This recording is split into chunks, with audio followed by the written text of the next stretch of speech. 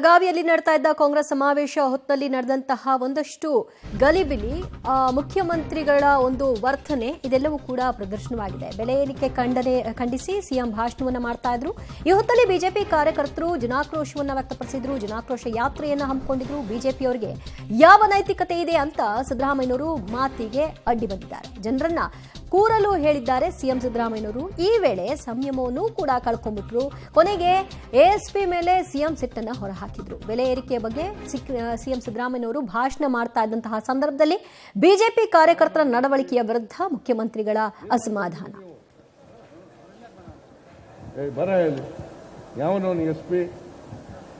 ಏನ್ ಮಾಡ್ತಾ ಇದ್ದೀರಿ ನೀವು?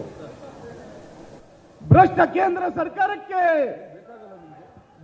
ಭ್ರಷ್ಟ ಕೇಂದ್ರ ಸರ್ಕಾರಕ್ಕೆ, ಭ್ರಷ್ಟ ಬಿಜೆಪಿ ಕೇಂದ್ರ ಸರ್ಕಾರಕ್ಕೆ, ಭ್ರಷ್ಟ ಬಿಜೆಪಿ ಕೇಂದ್ರ ಸರ್ಕಾರಕ್ಕೆ ಬೋಲೋ ಭಾರತ್ ಮಾತಾ ಕಿ ಜೈ ಕಾಂಗ್ರೆಸ್. ಬರ ಯಾವನವನು ಎಸ್ಪಿ? ಏನ್ ಮಾಡ್ತಾ ಇದ್ದೀರಿ ನೀವು? ಭ್ರಷ್ಟ ಕೇಂದ್ರ ಸರ್ಕಾರಕ್ಕೆ, ಭ್ರಷ್ಟ ಕೇಂದ್ರ ಸರ್ಕಾರಕ್ಕೆ, ಭ್ರಷ್ಟ ಬಿಜೆಪಿ ಕೇಂದ್ರ ಸರ್ಕಾರಕ್ಕೆ, ಭ್ರಷ್ಟ ಬಿಜೆಪಿ ಕೇಂದ್ರ ಬರ ಯಾವನವನು ಎಸ್ಪಿ? ಏನ್ ಮಾಡ್ತಾ ಇದ್ದೀರಿ ನೀವು? ಭ್ರಷ್ಟ ಕೇಂದ್ರ ಸರ್ಕಾರಕ್ಕೆ, ಭ್ರಷ್ಟ ಕೇಂದ್ರ ಸರ್ಕಾರಕ್ಕೆ, ಭ್ರಷ್ಟ ಬಿಜೆಪಿ ಕೇಂದ್ರ ಸರ್ಕಾರಕ್ಕೆ, ಭ್ರಷ್ಟ ಬಿಜೆಪಿ ಕೇಂದ್ರ ಸರ್ಕಾರಕ್ಕೆ ಬೋಲೋ ಭಾರತ್ ಮಾತಾ ಕಿ ಜೈ ಕಾಂಗ್ರೆಸ್. ಬರ ಯಾವನವನು ಎಸ್ಪಿ? ಏನ್ ಮಾಡ್ತಾ ಇದ್ದೀರಿ ನೀವು? ಭ್ರಷ್ಟ ಕೇಂದ್ರ ಸರ್ಕಾರಕ್ಕೆ, ಭ್ರಷ್ಟ ಕೇಂದ್ರ ಸರ್ಕಾರಕ್ಕೆ, ಭ್ರಷ್ಟ ಬಿಜೆಪಿ ಕೇಂದ್ರ ಸರ್ಕಾರಕ್ಕೆ, ಭ್ರಷ್ಟ ಬಿಜೆಪಿ ಕೇಂದ್ರ ಸರ್ಕಾರಕ್ಕೆ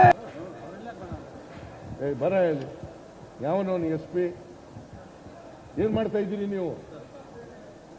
ಭ್ರಷ್ಟ ಕೇಂದ್ರ ಸರ್ಕಾರಕ್ಕೆ, ಭ್ರಷ್ಟ ಕೇಂದ್ರ ಸರ್ಕಾರಕ್ಕೆ, ಭ್ರಷ್ಟ ಬಿಜೆಪಿ ಕೇಂದ್ರ ಸರ್ಕಾರಕ್ಕೆ, ಭ್ರಷ್ಟ ಬಿಜೆಪಿ ಕೇಂದ್ರ ಸರ್ಕಾರಕ್ಕೆ ಬೋಲೋ ಭಾರತ್ ಮಾತಾ ಕಿ ಜೈ ಕಾಂಗ್ರೆಸ್. ಮುಖ್ಯಮಂತ್ರಿಗಳು ಕೈ ಎತ್ತಿ ಒಡೆಯೋ ದಾಟಿಗೆ ಹೋಗ್ತಾರೆ, ಅಲ್ಲಿ ಏಕವಚನದಲ್ಲಿ ಮಾತನಾಡಿಸ್ತಾರೆ ಎಸ್ಪಿಗೆ. ಇದೆಲ್ಲವೂ ಕೂಡ ಸಾರ್ವಜನಿಕ ಸಮಾವೇಶದಲ್ಲೇ ಆದಂತಹ ಬೆಳವಣಿಗೆ.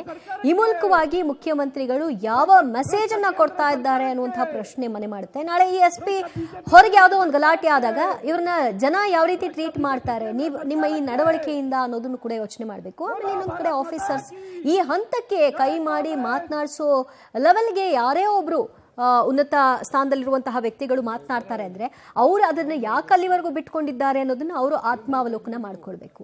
ನೋಡಿ, ಅಲ್ಲಿ ಬೆಳಗಾವಿಯಲ್ಲಿ ಆದಂತಹ ಭಾರಿ ಗಲಾಟೆ, ಗದ್ದಲ, ಹೈಡ್ರಾಮಾ ಯಾವ್ಯಾವ ಒಂದು ರೂಪ ಸ್ವರೂಪವನ್ನ ತೆಗೆದುಕೊಂಡು ಹೋಯ್ತು, ಯಾರ್ಯಾರ ಒಂದು ನಿಜ ಬಣ್ಣ ಏನು, ಅವರ ವ್ಯಕ್ತಿತ್ವ ಏನು ಅನ್ನೋದನ್ನ ಇಲ್ಲಿ ಅನಾವರಣಗೊಳಿಸ್ತು.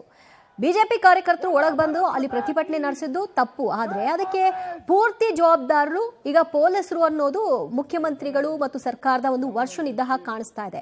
ಮುಖ್ಯಮಂತ್ರಿಗಳು ವೇದಿಕೆಯಲ್ಲೇ ಅದನ್ನ ವ್ಯಕ್ತಪಡಿಸ್ತಾರೆ, ಮಗದೊಂದು ಕಡೆ ಹೊರಗೆ ಹೋಗ್ತಾರೆ. ಡಿಸಿಪಿ ಜೊತೆಗೆ ಸಚಿವೆ ಲಕ್ಷ್ಮೀ ಹೆಬ್ಬಾಳ್ಕರ್ ಅವರು ವಾಗ್ವಾದವನ್ನ ನಡೆಸ್ತಾರೆ.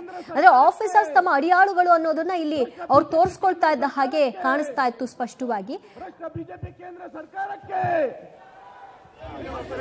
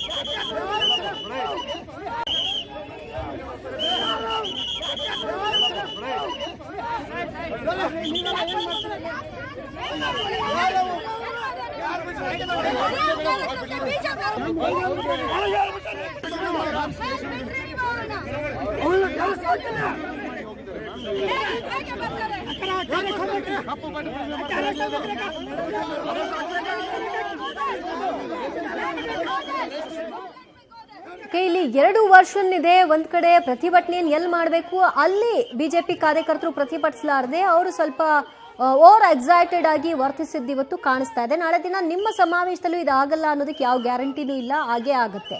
ಇನ್ನು ನೆಕ್ಸ್ಟ್ ಸಾಮಾನ್ಯವಾಗಿ ನಾವು ಎಲ್ಲೇ ಮುಖ್ಯಮಂತ್ರಿಗಳ ಭಾವಚಿತ್ರವನ್ನ ಹರಿದು ಅದಕ್ಕೆ ಏನೇನೋ ಲೇಪನ ಮಾಡಿ ಆಕ್ರೋಶವನ್ನು ಹೊರಹಾಕಿದಾಗ ನಾವೇನು ಹೇಳ್ತೀವಿ, ಆ ಸ್ಥಾನಕ್ಕೆ ಗೌರವ ಕೊಡಿ, ಆ ರೀತಿ ಮಾಡೋ ತಪ್ಪು ಅಂತ ನಾವು ಹೇಳ್ತೀವಲ್ವಾ. ಇವತ್ತು ಆ ಸ್ಥಾನದಲ್ಲಿರುವಂತಹ ಮುಖ್ಯಮಂತ್ರಿಗಳೇ ಈ ರೀತಿಯಾಗಿ ಸಾರ್ವಜನಿಕ ವೇದಿಕೆಯಲ್ಲಿ ಒಬ್ಬ ಆಫೀಸರ್, ನೀವು ಆ ವ್ಯಕ್ತಿಯನ್ನು ಬಿಟ್ಬಿಡಿ, ಅವರ ಹಾಕಿರುವಂತಹ ಯೂನಿಫಾರ್ಮ್ಗಾದ್ರೂ ರೆಸ್ಪೆಕ್ಟ್ ಮಾಡಬೇಕಲ್ವಾ.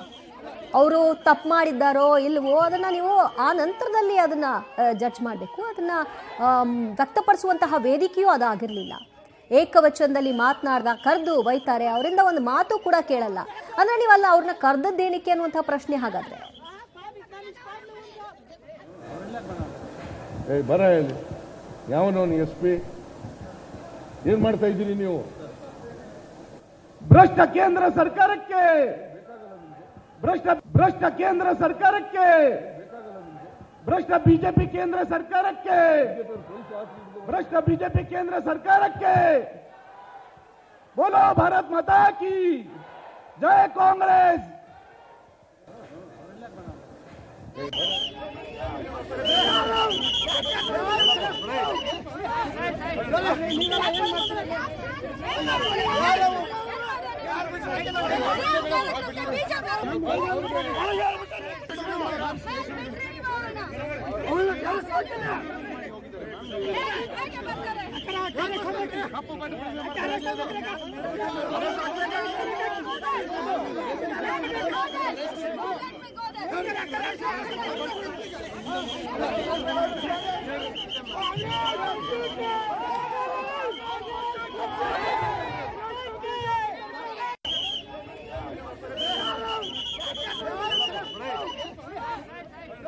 ಈ ಹಿಂದೆನೂ ಹಲವಾರು ಬಾರಿ ಮುಖ್ಯಮಂತ್ರಿಗಳು ಈ ರೀತಿಯಾಗಿ ತಮ್ಮ ಕೋಪ ತಾಪವನ್ನ ಸಾರ್ವಜನಿಕ ಸ್ಥಳಗಳಲ್ಲಿ ವ್ಯಕ್ತಪಡಿಸಿರೋದು ಹೌದು. ಆದರೆ ಒಬ್ಬ ಪೊಲೀಸ್ ಆಫೀಸರ್ ಜೊತೆಗೆ ನಡ್ಕೊಳ್ಳುವಂತಹ ರೀತಿಯೇ ಈಗ ಬಹಳ ಚರ್ಚೆ ಆಗ್ತಾ ಇರೋದು.